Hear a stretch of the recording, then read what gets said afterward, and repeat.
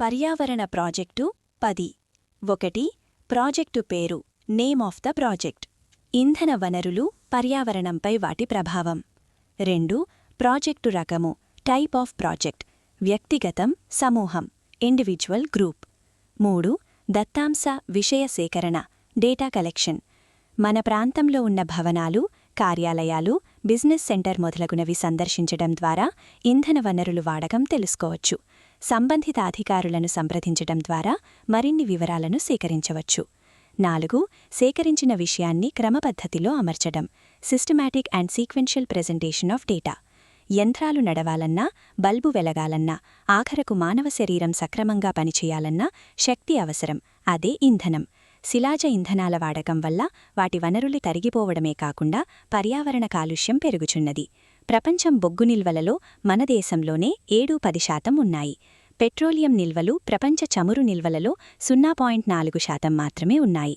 నేడు మన అవసరాల దృష్ట్యా ఒకవైపు వీటి వాడకం తప్పనిసరై నిల్వలు తరిగిపోయే ప్రమాదం ఏర్పడింది. మరొకవైపు దీనివల్ల పర్యావరణ కాలుష్యం జరుగుచున్నది. 5. దత్తాంశ విషయ విశ్లేషణ అనాలిసిస్ అండ్ డేటా. గ్రామీణ ప్రాంతాల్లో పచ్చని చెట్లు కొట్టి వంట చెరుకుగా వాడుతున్నారు. 90% ప్రజలు ఈ వంట చెరుకు, పిడకలు, పంట వ్యర్థాలను వంటకు వాడుతున్నారు. 56% కుటుంబాలకు విద్యుత్ సదుపాయం లేదు. మనం సంప్రదాయేతర ఇంధన వనరుల వాడకాన్ని ఇంకా పెంచాలి. ఉదాహరణ సౌరశక్తి, సోలార్ కుక్కర్లు మొదలగునవి.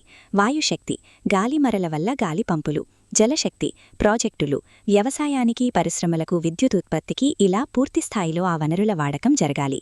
6. కనుగొనిన అంశాలు ఫైండింగ్స్. గృహాలకు వాడే విద్యుత్ శక్తి బదులు సౌరశక్తితో పనిచేసే కుక్కర్లు, పంపుసెట్లు ఇంటి వాడకానికి వినియోగించడమే కాకుండా విద్యుత్తుపై నియంత్రణ ద్వారా వృధాని అరికట్టి దానిని పొదుపు చేయొచ్చు. అలానే ఇతర వనరులకు ఆదా చేసేందుకు మార్గాలు ఆలోచించాలి.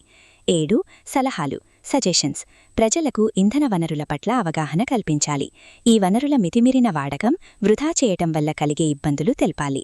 ఇంధన వనరుల వాడకంలో చిత్తూరు జిల్లాలోని తంబపల్లె మండలంలోని సింగమాను బురుజు గ్రామాన్ని ఆదర్శంగా తీసుకోవాలి.